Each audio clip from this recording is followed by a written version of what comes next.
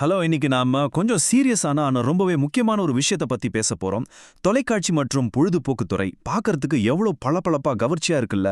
ஆனா அந்த மாயைக்கு பின்னால் ஒளிஞ்சிருக்கிற இருண்ட தனிமை, குறிப்பா விஜய் சபர்ணாவோட வாழ்க்கையில நடந்த அந்த சோகமான முடிவு, இத பத்தி தான் நாம இன்னைக்கு டீடைலா பார்க்க போறோம்.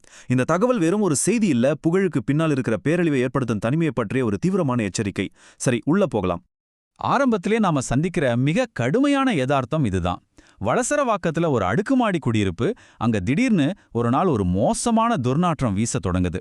வாசனை தாங்க முடியாத அளவுக்கு அதிகமானதும் பக்கத்துல இருக்கிறவங்க எவ்வளோ கதவை தட்டி பார்க்கறாங்க. உள்ள இருந்து எந்த பதிலும் இல்ல. கடைசியா போலீஸ் வந்து கதவை உடைச்சு பார்க்கும்போது தான் அந்த அதிர்ச்சியான உண்மை தெரிய வருது. ஒரு உயிர் பிரிஞ்சு அந்த உடல் அழுகத் தொடங்கி 3 நாள் ஆயிருக்கு. யோசிச்சு பாருங்க, 3 நாளா யாருக்குமே இது தெரியலேங்கிறது எவ்வளவு பெரிய சோகம். பகுதி 1. நம்பிக்கை அளித்த தொலைக்காட்சி பயணம். இந்த முரண்பாடு எப்படி உருவாச்சுன்னு இப்ப பார்க்கலாம். சபர்ணாவோட ஆரம்ப காலத்தை பார்த்தீங்கன்னா, உடுமலைப்பேட்டையிலேருந்து சென்னைக்கு வராங்க. சன் மியூசிக்ல விஜேவா அறிமுகமாகி அப்படியே புகழோட உச்சிக்கே போறாங்க. பாசமலர், தென்றல், சொந்த பந்தம், புது கவிதைன்னு வரிசையா மெகா ஹிட் சீரியல்கள் நடிச்சு தமிழ் நாட்டுல எல்லா வீடுகள்லையும் தெரிஞ்ச ஒரு பரிச்சயமான முகமா மாறுறாங்க. அது மட்டும் இல்லாம பூஜை படத்துல கூட நடிச்சாங்க. இவ்ளோ சக்சஸ்ஃபுல்லா எப்பவும் மக்கள் கண் முன்னாடி இருந்த ஒருத்தருக்கு பின்னாடி என்ன நடந்துட்டு இருந்துச்சுன்னு நினைச்சா உண்மையிலே ரொம்ப ஷாக்கிங்கா இருக்கு. பகுதி 2. மறைக்கப்பட்ட நிதி போராட்டம். அந்த பளபளப்பான திரைக்கு பின்னாடி இருந்த நிஜத்தை இப்ப பார்க்கலாம். இப்போ இந்த முரண்பாட்டை கொஞ்சம் கவனிங்க. ஒரு பக்கம் புகழ், டிவில எப்பவும் தெரிஞ்சிட்டு இருக்கிற ஒரு பிரபலம். ஆனா இன்னொரு பக்கம் போலீஸ் விசாரணையில வெளியே வந்த உண்மை என்னன்னா, அவங்களுக்கு கடந்த 3 மாசமா எந்த ஒரு ஆக்டிங் சான்ஸும் இல்ல. சுத்தமா வருமானமே இல்லாம தங்கியிருந்த வீட்டுக்கு வாடகை கூட கொடுக்க முடியாத அளவுக்கு ரொம்பவே கஷ்டப்பட்டிருக்காங்க. இதுதான் இந்த பொழுதுபோக்கு துறையோட நிலையற்ற தன்மைக்கு ஒரு மிகப்பெரிய சாட்சி. இந்த தகவல் எவரையும் கலங்க வைக்கக்கூடிய ஒண்ணு. இது எந்த யூகமும் இல்ல, விசாரணையில வந்த மறுக்க முடியாத உண்மை. சாப்பாடு வாங்கி சாப்பிடக்கூட கையில காசு இல்லாம பல நாளா வெறும் டீயை மட்டுமே குடிச்சிட்டு உயிர் வாழ்ந்திருக்கிறாங்க.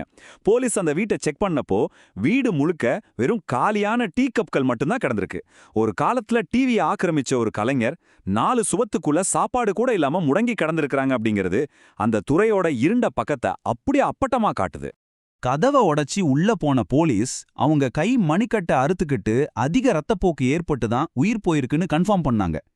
யாருமே இல்லாத ஒரு முழுமையான தனிமையில, தீவிரமான மன அழுத்தத்துல, உதவிக்கு கூட யாரும் இல்லாத ஒரு நிலைமையில அவங்க தற்கொலை பண்ணிருக்காங்க.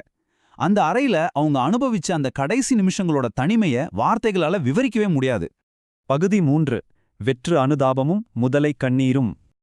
இப்போ ஒரு முக்கியமான விஷயத்துக்கு வரோம். அதுதான் இறப்புக்கு பிறகு வர்ற இந்த வெற்று அனுதாபங்கள்.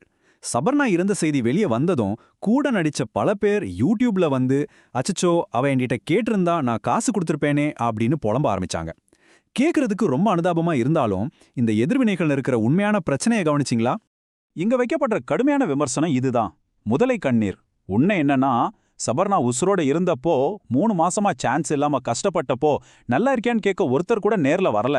ஆனா அவங்க இறந்த பிறகு கேமரா முன்னாடி வந்து கண்ணீர் வடிக்கிறது அப்பட்டமான இரட்டை வேடமா தான் பார்க்கப்படுது. இந்த என்டர்டெயின்மெண்ட் இண்டஸ்ட்ரியில இருக்கிற உறவுகள் எவ்வளவு மேலோட்டமானது அப்படிங்கறத இது ரொம்ப தெளிவா காட்டுது. பகுதி 4. தனிமையின் விலை. இதுதான் நம்ம கத்துக்க வேண்டிய ரொம்ப முக்கியமான பாடம். இந்த நம்பரை கொஞ்சம் கவனிங்க. 3. இது வெறும் நம்பர் கிடையாது. அவங்க இறந்து இந்த உலகத்தை விட்டே போய் 3 நாள் ஆயிருக்கு. ஆனா அந்த 3 நாளா அவங்க எங்க போனாங்க, என்ன ஆனாங்கன்னு கேட்க இந்த உலகத்துல யாருமே இல்ல. ஒரு பிரபலத்தோட குரல் 3 நாளா அணைந்திருந்தோம். சமூகமோ இந்த துறையோ அதை கண்டுகொள்ளவே இல்ல. எவ்ளோ பெரிய தனிமை பாருங்க. சென்னை மாதிரி பல லட்சம் பேர் இருக்கிற ஒரு பரபரப்பான சிட்டில அவங்க முற்றிலும் தனியா ஒரு வீட்ல வாழ்ந்திருக்காங்க. அந்த 3 நாள்ல பெத்தவங்க கிட்ட இருந்து ஒரு ஃபோன் கால் கூட வரல. கூட வேலை பார்த்த நல்லா தெரிஞ்ச ஒரு ஃப்ரெண்டு கூட கால் பண்ணி கேட்கல. நாம எவ்வளவு தூரம் மனித உறவுகள்ல இருந்து துண்டிக்கப்பட்டு வாழ்ந்துட்டு இருக்கோம்னு இது காட்டுதில்ல. இது ஒரு கலைஞரோட தனிமை மட்டும் இல்ல, பெருநகரங்கள்ல வாழ்ற எல்லாருக்குமான ஒரு பெரிய எச்சரிக்கை மணி.